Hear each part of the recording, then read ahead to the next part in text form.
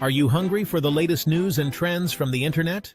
Welcome to What's Cooking on the Internet, your one-stop shop for discovering the hottest digital delights. Hit that subscribe button and let's get cooking.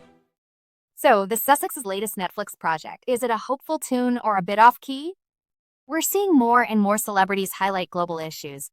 But does that really give a voice to those who need it, or does it just simplify tough realities for us in the West?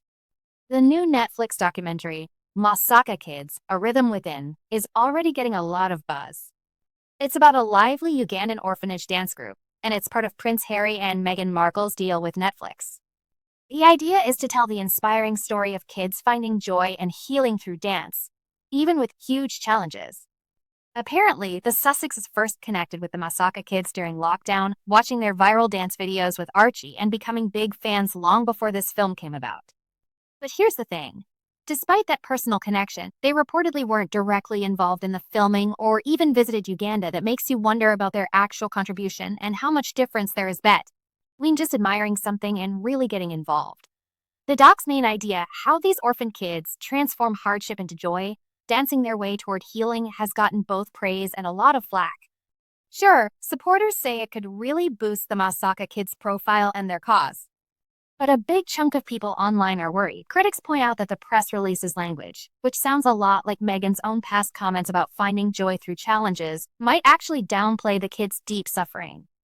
They're calling it poverty tourism or even commodifying hardship, where real struggles get turned into a feel-good show for outsiders, instead of really digging into the root problems.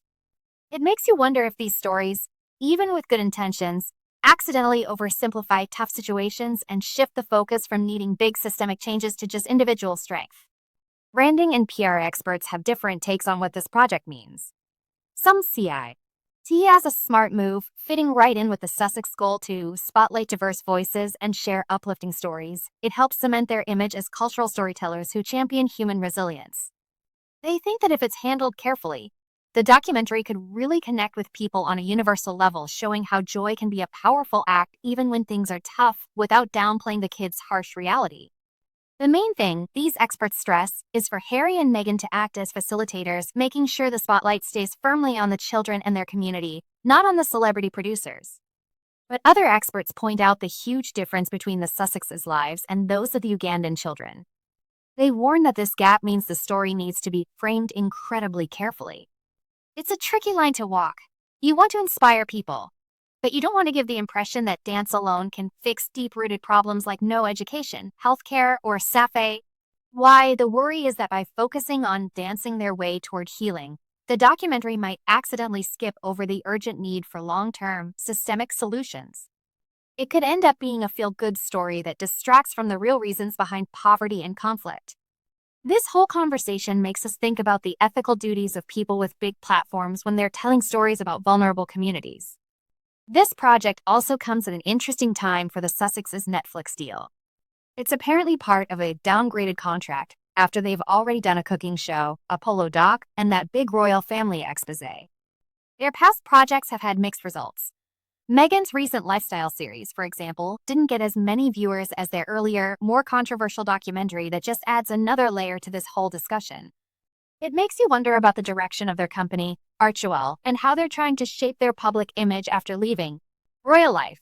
Plus, Prince Harry recently left the Centabale charity and is thinking about starting a new African charity that shows he's still committed to the region, but it also highlights how his charity work is changing. At the end of the day, the Masaka Kids documentary is a really interesting example of how humanitarian stories are told today. It makes us wrestle with some big questions. What happens when celebrities get involved in global issues? How powerful is viral content? And how do you tell stories of deep hardship without falling into ethical traps? Can a project really give a voice to people and inspire change without seeming to trivialize things or just be about self-promotion? The answer probably comes down to how well it's made and how critically we, the audience, engage with it as we wait for Masaka Kids, A Rhythm Within, to drop. We should think not just about the stories themselves, but how they're told, who's telling them, and why. How can we, as viewers, sure that watching these kinds of stories actually helps the people involved, instead of just giving us some feel-good content? This whole conversation around the documentary reminds us that real advocacy isn't just about being seen. It's about truly and respectfully engaging with every part of the human experience, the joy, yes, but also the ongoing need for big, systemic changes. What's our part in creating a media world that truly empowers, instead of just watching from the sidelines?